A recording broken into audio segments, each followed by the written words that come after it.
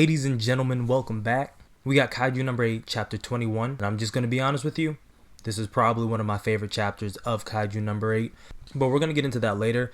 Let's see what's going on with chapter 21. So the chapter opens up with Shinomiya, who is chilling on top of the remains of this Kaiju she must have neutralized, and she's deep in thought of the fact that KAFKA is actually a Kaiju, and someone who the defense force is actively supposed to be hunting and trying to eliminate. So she begins to question on whether or not she can truly trust KAFKA, or rather Kaiju number 8 in this regard, because she doesn't know who he is. Well, she really doesn't know anybody, if we're being honest. This is all new to her. I think at the most that she's been around these people 3 months, and before that she hasn't known them at all, so it's very natural for her to worry about who this man is.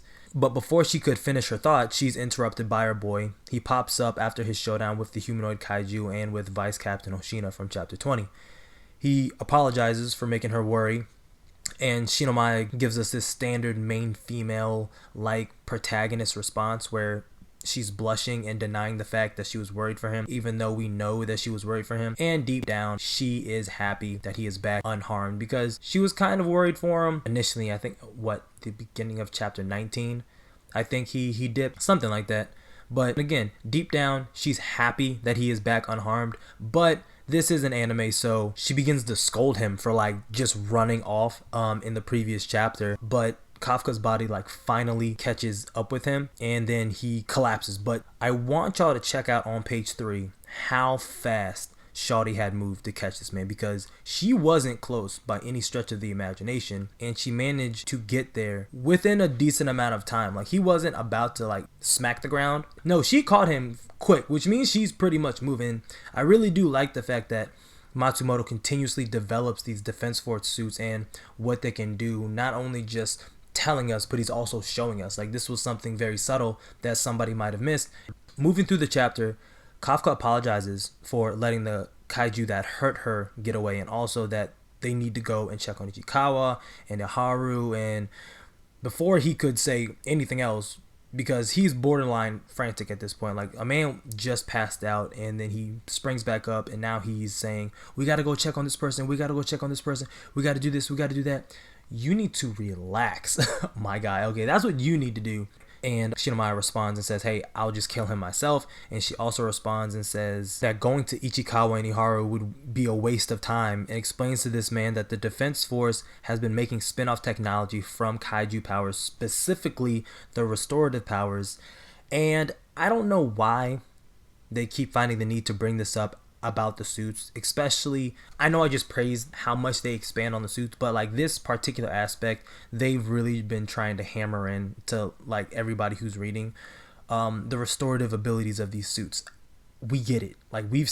They've been repairing themselves since the examination when the humanoid Kaiju actually came the first time. We've seen it in action, but they find the need to explicitly state this to KAFKA, who we already knows about the suits and about the ability to repair wounds, because it wasn't too long ago in chapter 18 when he was dealing with Ichikawa and saving him, and he is telling him on page 2 to use the suit to bind his wounds. So I don't really understand that part of this chapter, and the previous chapter I think I stated about it too. But our girl, she's really all over the place with this conversation. She starts picking on KAFKA, and of course she's joking with him when she says this, but in all reality, that's some pretty real shit. He really does need to be more careful with his transformations, and he needs to focus on getting stronger in his human form to limit the amount of times that he has to rely on his Kaiju form. KAFKA doesn't really need to go One Punch Man until it really matters, because with this one fight against the Vice Captain, he is on to KAFKA to some degree. He's getting a lot closer to him. Pages 5 through 8 are really interesting in my opinion, because we get to see the dynamic between Captain Mina and the Vice Captain, right? And I've been waiting for this for, quite some time, because up until this point, if we're being honest, the captain spoke more in these 3 pages than she has spoken in all the previous chapters combined, okay? She walks up to the Vice Captain as he is sitting down, comments that it's rare to see him in a slump, and actually proceeds to take a picture of him as he's sitting on the ground after fighting for his life. KAFKA wasn't going to kill him, but the Vice Captain didn't know that. So in his mind, 92% was extremely reasonable going into a situation where you might suspect that this isn't just a high level kaiju, this is the highest level that we know of so far, a daikaiju. So it was a life or death situation for him.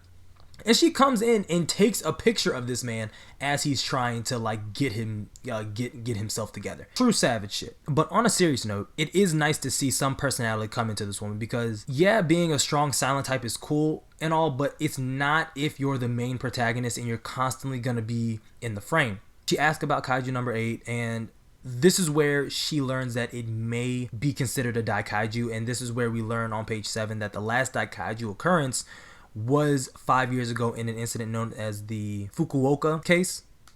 I don't know if I said that right, I apologize. But Hoshina remarks that luckily Kaiju number 8 hasn't taken any lives, so it's safe to assume that at this point they've lost a good amount of people in the last daikaiju occurrence. Now while all this is going on, we have the vice captain with his back towards Mina. Mina is not paying any mind whatsoever to this man as he continues to ramble, because he is, he's deep in thought. His gears are turning about Kaiju number 8 and who he is as more and more information comes to him, both from what he's experienced and from the different platoons reporting in to him and the captain about everything that has occurred thus far. He mentions the fact that Kaiju number 8 doesn't attack indiscriminately, going back to what I was telling you about how the gears are turning. If you remember back on chapter 19, page 6, when the humanoid Kaiju goes to attack the fodder defense force members, it was KAFKA who jumped in front of the attacks to stop them. Like, I remember that. I don't think I mentioned that in my chapter 19 review, but I did remember that he did that. I was like just sending red flags instantly, because clearly the vice captain is figuring out, hey, he doesn't just attack indiscriminately, he also protects as well. But for almost the entirety of chapter 20, KAFKA is pretty much on the defensive and just thinking about how to get out of that situation without dying or killing the vice captain. I'm kind of interested to know who would actually come out in an all-out fight in that situation. I have money on the vice captain, but KAFKA's raw power isn't anything to scoff at either in that regard. Let me know in the comment section what you guys think. So the next 2 pages are of Mina breaking the silence and saying that all kaiju must be neutralized, and we get this small hint, this small like glimpse into her past regarding a daikaiju, or maybe just kaiju in general, because the vice captain remarks and is like, yeah, that's right. As to recall back to an incident that Mina was clearly involved in and stirred up old memories at the mention of a daikaiju appearance. Now, the last panel on page 8 is of the captain getting this incoming message. He tells them that the platoon guy from earlier had saw the humanoid kaiju transform from a kaiju into his human form. Lights go off with Hoshina, and the very next page this man pops up at KAFKA and Ichikawa's monster sweeper place workforce and begins interrogating everybody involving their quote-unquote new employee, but they really can't tell them anything additional regarding the man. The vice captain finds it odd that the kaiju is actually registered with a family registry, and this is kind of strange, like to me personally, because at the end of the chapter we see that he has to switch bodies because everybody knows what his face in his human form looks like, and he needs to remain low-key, right? He even says it himself on page 19. My whole thing is why you didn't do this from the start. You know what I mean? Like, you find out he picks a human host by the name of Hotaka Takakamichi. Hopefully I pronounced that right. And this man has a whole family. What's going on? Nobody reported this man missing. Nobody was concerned when he didn't come back home after work. Did he suddenly switch jobs?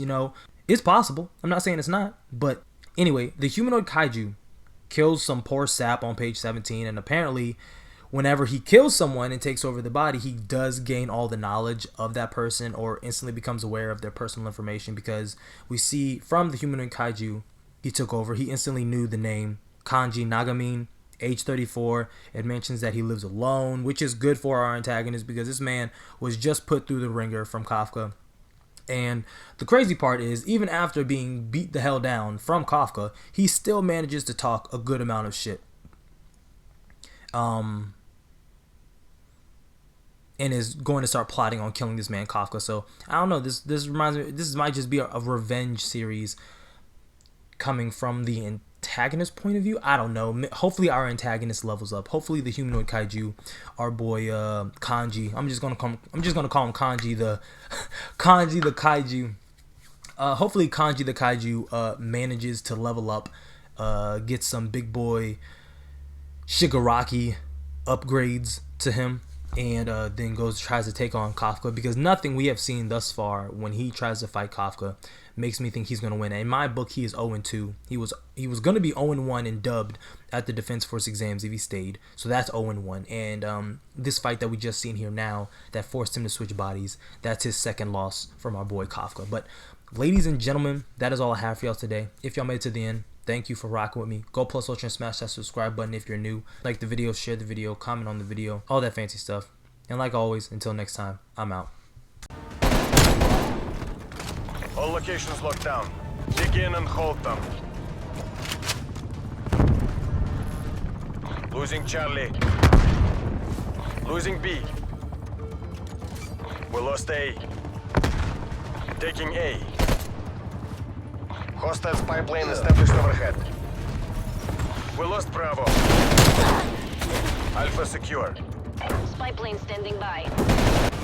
The capitalists will remember this defeat. AO is secure. All mission goals met.